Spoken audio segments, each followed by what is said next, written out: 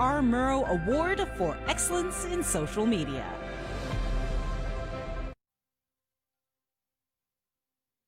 KUAM News Headlines is presented by Calvo's Insurance, a legacy of trust, serving Micronesia since 1938. Matson and the Adahi Tano Program. Cars Plus, home of Guam's first and only lifetime limited powertrain warranty. McDonald's of Guam, I'm loving it. And King's Restaurants, always open, always local, and serving up favorites for over 40 years.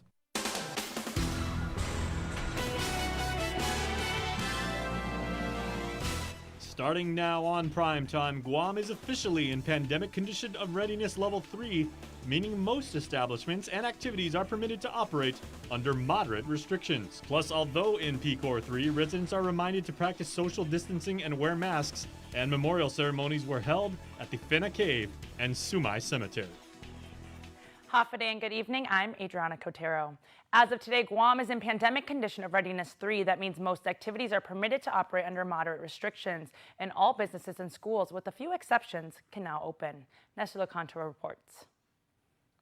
The governor signed the executive order yesterday declaring PCOR 3, which may be the new normal until a vaccine or other safeguard against COVID-19 can be found. Public health will continue to set the guidelines that businesses, organizations, and individuals are required to follow.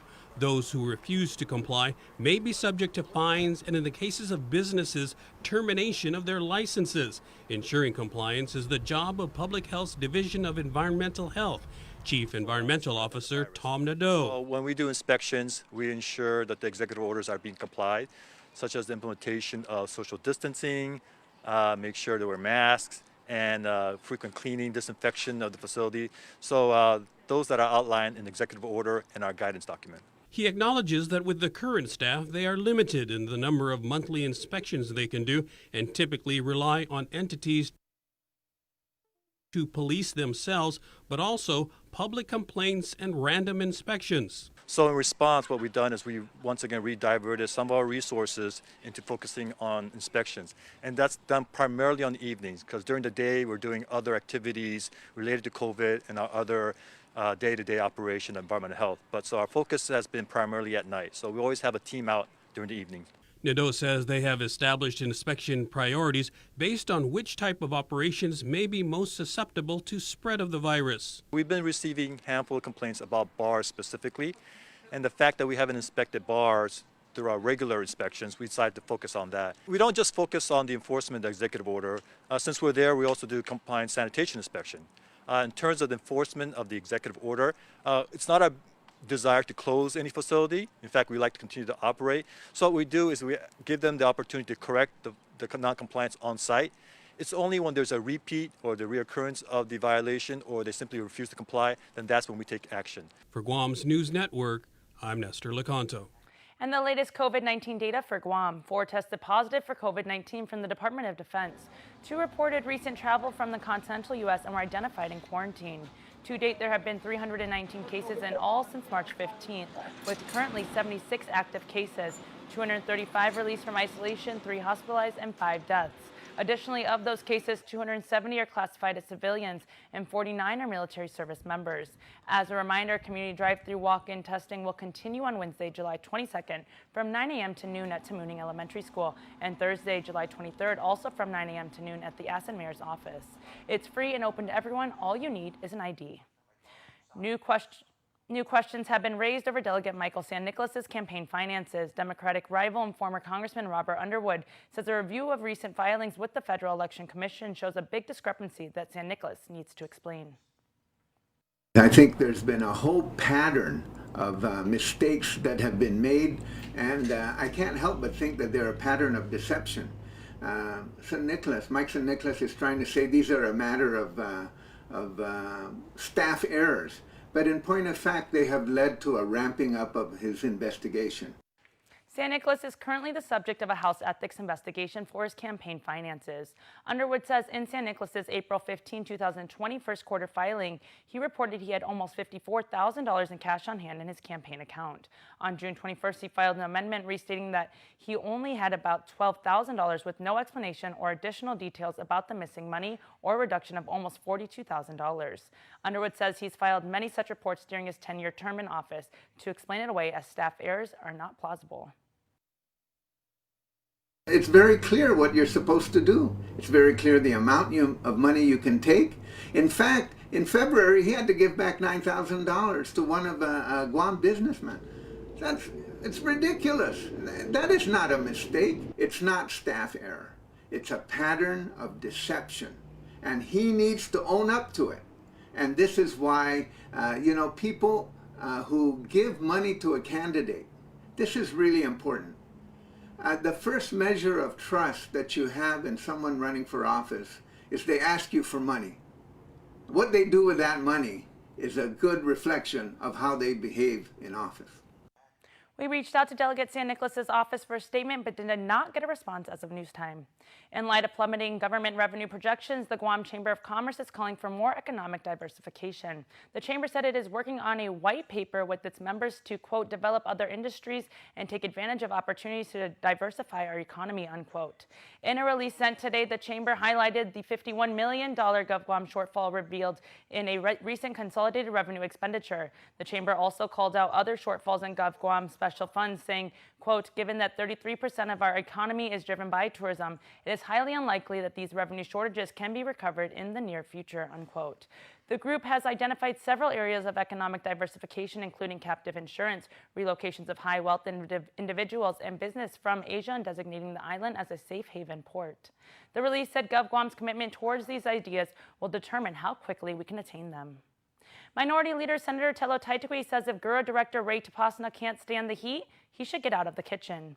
The senator's comments coming after Tapasna filed an ethics complaint against her. Tapasna's complaint is related to comments Taitakui made during a May 19th confirmation hearing for GURA board member Anisha Dalia. Taitakui warned Dalia to look into the lawsuit Tapasna filed against the previous GURA board as a precaution before accepting the board nomination. In a release today, Taitakui responded to Tapasna's complaint saying, quote, there's absolutely nothing wrong with me advising a nominee to an agency, board, or commission that by stepping up to the plate, he or she should be prepared for the good, the ugly, and everything in between, unquote. Taitakui added that Tapasna filing the complaint 2 months after the hearing shows the complaint is purely political. Meanwhile, Senator Joe San Augustine was also named in the complaint as a member of the Legislative Ethics Committee. San Augustine has asked that he be recused from proceedings involving Tapasna's complaint. GDOE's grab-and-go operations at Estumbo Elementary resumed today. The site was closed to allow for disinfection and sanitization after a worker tested positive for the coronavirus. All school meal workers were tested and results returned negative. Meantime, on Tuesday, all sites will be closed as a result of the Liberation Day parade, a holiday. Operations at all 12 distribution sites will resume on Wednesday.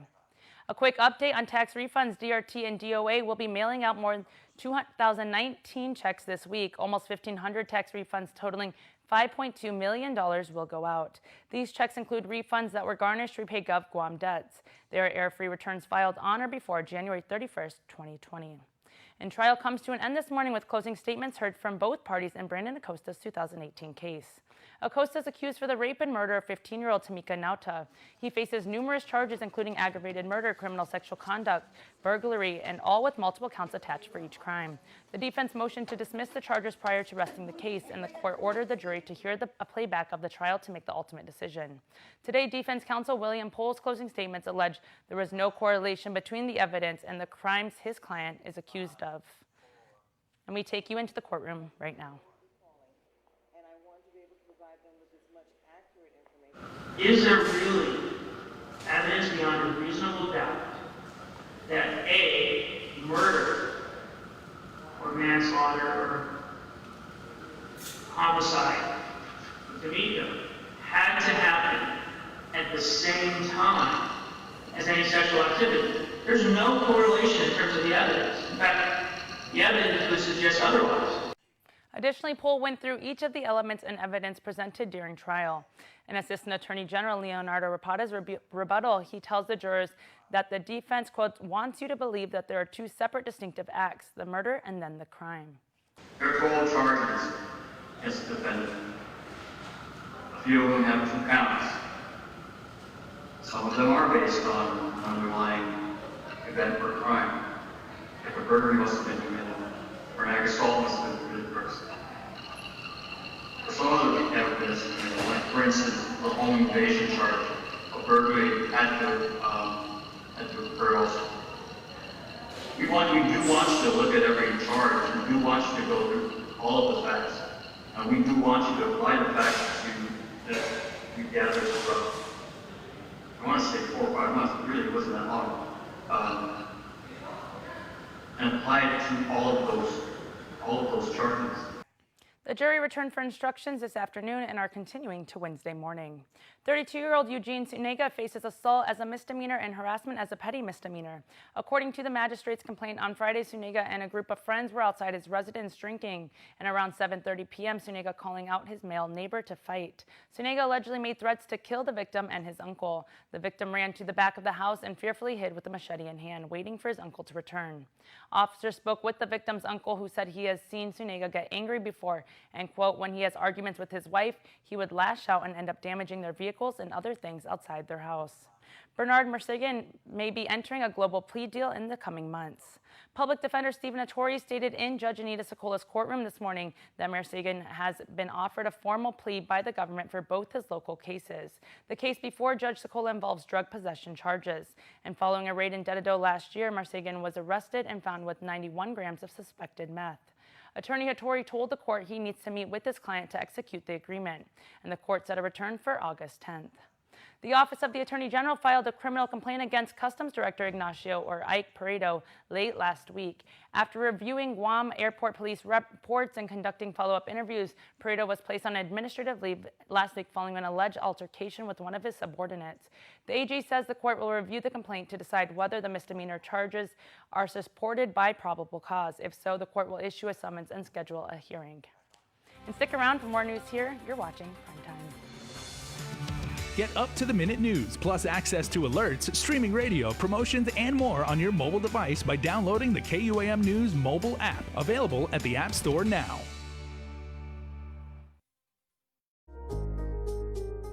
Social distancing may be the new norm, but connection will always be our tradition. Through good times and tough times, we remain connected with you. Masks may be the new fashion, but protection will always be our style. You can always count on us to protect the things that matter the most. Sanitizing may be the new routine, but caring will always be our practice. We care about your loved ones and the things you value the most. And as we welcome our new normal, one thing remains certain: we will always be here for you. We're open and ready to serve you. Calvo's Insurance, a legacy of trust.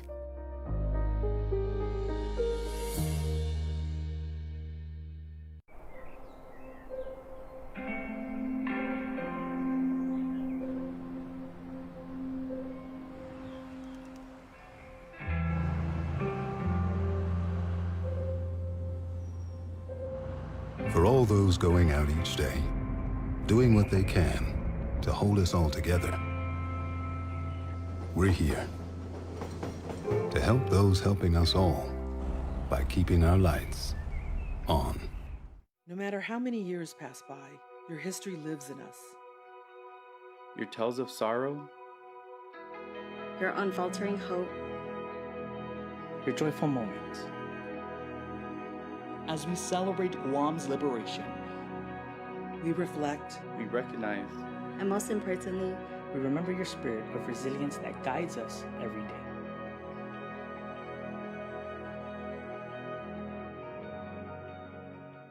Creating this memorial wall was my first piece of legislation in 1993.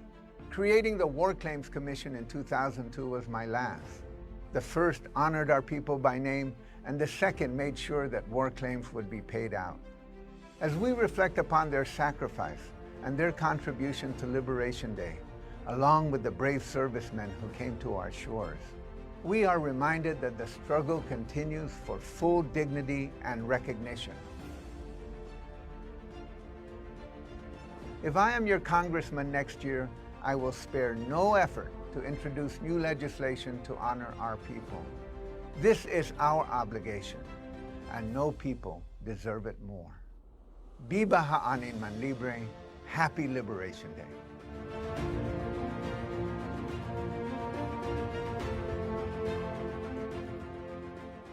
I'm Robert Underwood, and I approve this message. KUAM News, winner of the 2020 Regional Edward R. Murrow Award for Excellence in Social Media. Welcome back. CNMI Secretary of Finance David Attilik commented on the ongoing House Special Committee on Fiscal Review of Executive Expenditures probe into Governor Ralph Torres' administration. At a Friday press conference, Attilik noted that unless subpoenaed, his office will not release any sensitive information due to the federal law. I stand firm on that unless I'm sure if subpoenaed or if I go to court for it. But they got information. They have enough information for whatever they're investigating. The documents are there. I just redacted personal information. In a prior interview, Representative Tina Sablan told KUAM that some of the pending documents that might be included in a formal subpoena this week include travel records from the governor, credit card numbers that were used for some of the governor's reimbursements, as well as the personnel records. And CNMI residents are finally receiving some relief through pandemic unemployment assistance. This news comes as many residents face issues with the online portal and Department of Labor phone lines. Tomas Manglotnia reports. The first batches of pandemic unemployment assistance have finally arrived in the Northern Marianas. At a press briefing on Friday, Secretary of Finance David Attilik said that his office has drawn down $15 million for the initial disbursements. I would say small batches, 300 real clean 300 recipients this morning will be going out, and then those numbers will increase throughout the day. The bigger batch would be probably for tomorrow morning's submission for ACH, and that would be, my hopes is, the hope of the Department of Labor is about 1,000. And then next week would be the bigger batch as we get the data from their software company, GL Solutions, the online portal, which holds more than 5,000 recipients. The CNMI Department of Labor received $70 million for distribution. To the U.S. Department of Labor, more than $240 million is what we had projected that we will be releasing from now through December 30. So, and that's not a set number, that's just a projection. Attilik says that if there's more demonstrated need, the funds are available through the U.S. Department of Treasury. He encourages everyone who's been impacted to apply. So that we can have some economic activity on our island. We desperately need that for our revenues. The CNMI has seen a total of 8,000 applications so far. For Guam's News Network, I'm Tomas Manglotnia. On Saturday, to commemorate the anniversary of the Fena Cave Massacre, a summer site visit was held at the cave located on U.S. Naval Base Guam. Held every year since 1998, the Fena Cave Massacre Memorial Service honors the unimaginable sacrifices made by Chamorros who were killed and raped at Fena. However, this year, due to COVID-19, a small ceremony was held. In attendance were Agate Mayor and Vice Mayor, Navy officials, and the Japan Consul General. It was back in 1944 when 30 Chamorros were killed in the caves. Those who didn't die from Japanese grenades were stabbed by Japanese bayonets. Survivors of the massacre had to hide under dead bodies. Occupying forces also gathered dozens of women in the caves and raped them. Fena was home to many Chamorros before the war, and after the war they were relocated to Agate and Santa Rita, as the U.S. military took Fena to build Naval Magazine. And this morning, a blessing of the graves was held at CNMI Cemetery on Naval Base Guam, along with a wreath-laying ceremony by staff from the Santa Rita Mayor's Office and Naval Base officials. The CNMI Memorial Mass is coordinated with the Mayor's Office yearly. However, due to COVID-19, a smaller event for family members to visit the cemetery was held to honor those who are buried at the cemetery, survived and died during World War II. It was on December 8, 1941, bombs dropped by Japanese planes forced the residents of CNMI to flee the village. And tomorrow is the big day as Guamanians worldwide will celebrate a Liberation Day like no other. And you're invited to interact with us in the first ever KUAM Virtual Liberation Parade. Join our live stream at 10 a.m. on Facebook Live with your comments and broadcast on KUAM TV8. KUAM is giving our global audience an opportunity to enjoy their privilege to celebrate freedom and island pride safely and together as a community. We've got all the villages exhibiting the very best of their civic pride, inspiring messages from leaders and timeless memories about what the privilege of liberation means to all of us. So again, we'll see you on our live stream at 10 a.m. tomorrow on Facebook and TV8. 8 new American citizens were sworn in today at the district court. In a sign of the times, this may be the first time the naturalization ceremony was held outdoors. It was set on the steps of the federal court building to allow more space for social distancing and for family members to attend. District Court Chief Judge Francis Hidinko Gatewood and Federal Magistrate Judge Michael Bordalio presided over the ceremony. Judge Gatewood says holding it on the eve of Liberation Day holds some special significance. You hear the oath, it's so moving. And so to come here on Liberation Day, when we ourselves got liberated from Japanese occupation, it was very significant for us, for our family, our ancestors, our parents. My father was here during the war. And so you see these Filipinos, Taiwanese, Korean citizens today who've come from their country, and now they're pledging full allegiance to the United States of America. And that, I think that speaks volumes. There were a total of 8 new citizens pledging their allegiance to the United States. One is originally from Taiwan, one is from South Korea, and 6 others are from the Philippines. Nissan Guam has officially set a Guinness World Record. The company received a plaque confirming it had organized the longest parade of Nissan vehicles in November of last year.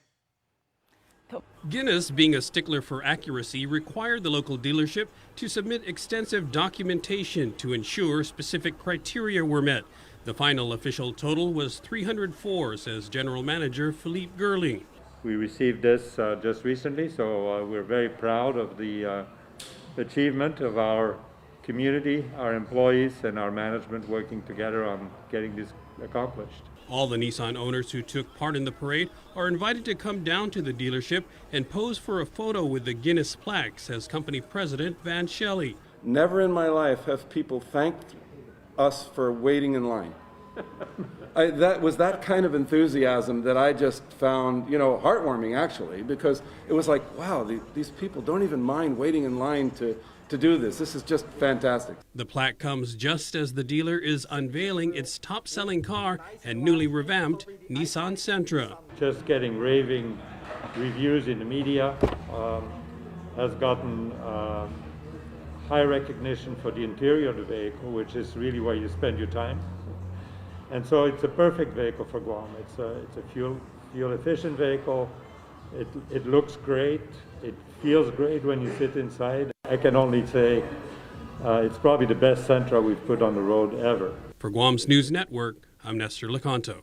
The 2020 Census of Guam is the once-in-a-decade count of our population that produces data used to make decisions about the island, which can lead to funding for services and infrastructure in our community.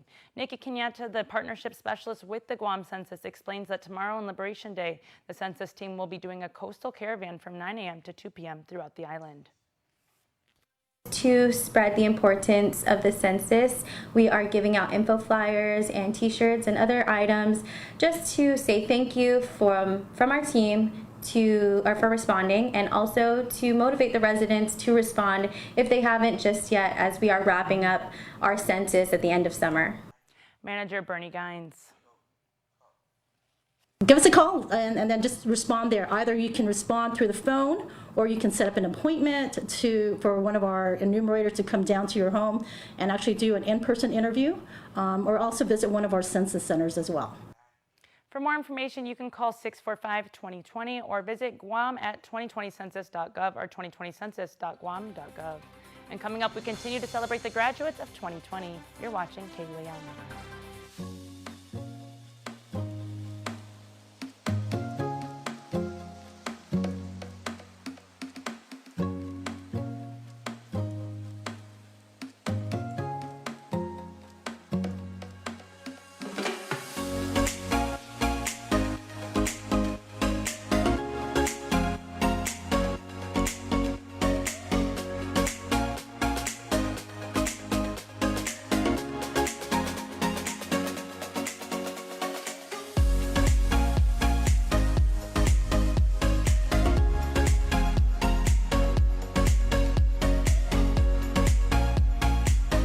Your community calendar is brought to you by Taco Bell. Whether it's your first meal or your fourth meal, we've got you covered. Taco Bell, live Mas. That's when Lil' Mama came to stealing looks. Whoa, she off the rate scale, she had me shook. Yeah, but if you single tonight and can't find your friends, then I hope you don't mind me asking. Do you wanna dance to the music? Do you wanna rock to the beat of the drum? And we could cut it up, cut it up, cut it up, cut it up. Baby, we should cut her up. We are open to serve you at Cars Plus Guam. Need a quick service for your vehicle? Visit our express lane at Cars Plus. Done fast, done right. No appointment needed. Our service team is dedicated to helping you get your vehicle in and out of the shop and back on the road quickly and securely. Simply drop off your vehicle at our express lane driveway, and one of our service advisors will take care of it. Need a ride? Not to worry. We have a shuttle vehicle ready to drop you back home and pick you up when your vehicle is ready. Open Monday to Saturday from 8 a.m. to 5 p.m. Visit us today. We are open to serve you. Taco Bell's new grilled cheese burrito is filled with nacho cheese sauce and a delicious 3-cheese blend. And even more melty cheese is grilled on top. Introducing Taco Bell's grilled cheese burrito box. Order ahead and pick yours up at our contactless drive-thru. It makes myself and it makes my team members very proud to work for an organization that has been on island for many years with its focus on reliability, dependability, and commitment to the communities that they operate in. Matson's a great corporate citizen to the community. We all benefit from any sort of environmental commitment we make. One of the ways that we do that is with our Adahi Utano program. There's action behind it, and so action breeds commitment. With the Kaimana Gila coming to Guam, this brings a new age and modernization to the island. It's exciting for me because it's a brand new ship and we can carry more freight into the islands. It just shows growth for Guam and Micronesia. Matson would be nothing without its customers, and we hope to continue to serve you for decades to come.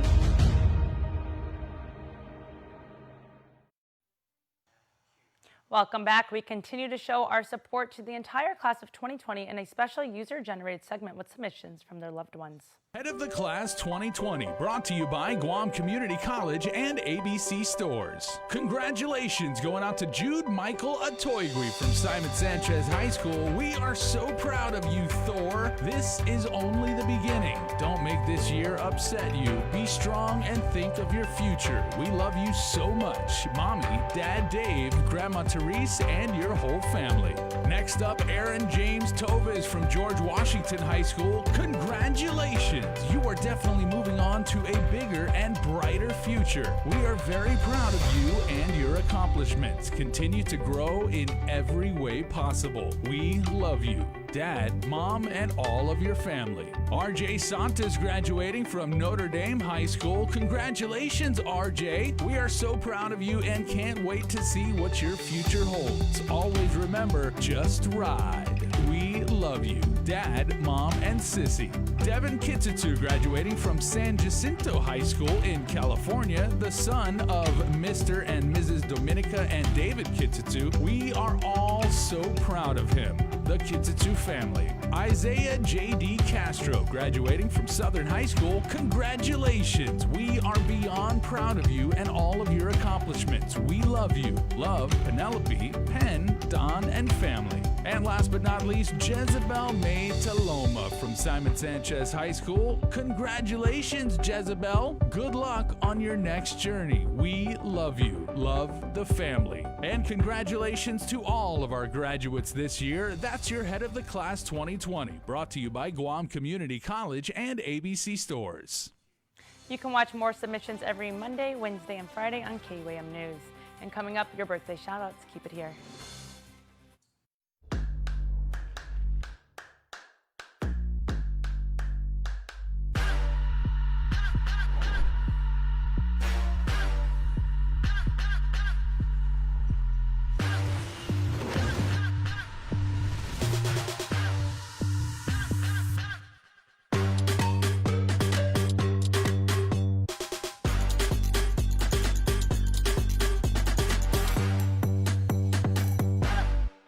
Guam's auto appearance specialist, Elegant Reflections, has been providing the automotive industry with professional detailing and car care products at its highest quality, from complete detailing, full interior detailing, exterior detailing, headlamp restoration, hand washing, seat and carpet shampoo, engine degreasing, undercarriage cleaning, paint sealant, fabric protection, paint oxidation removal, and so much more. Visit us at our new location. Call 646-5555 for an appointment. Elegant Reflections, Guam's auto appearance specialist, over 20 years of experience.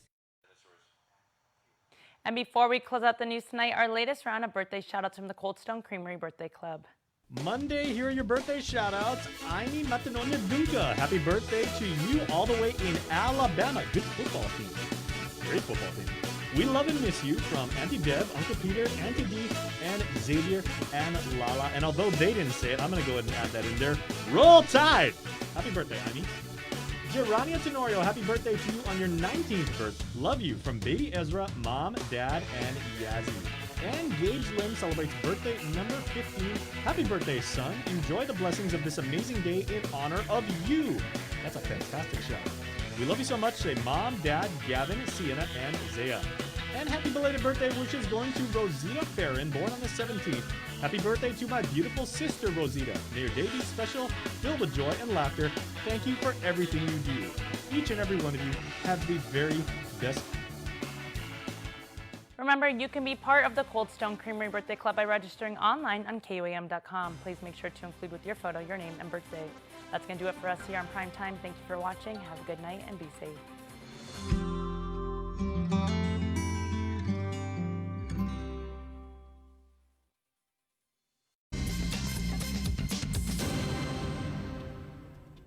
Buy with confidence. It's the Triple J Advantage. 1 year maintenance, 1 year tire and rim protection.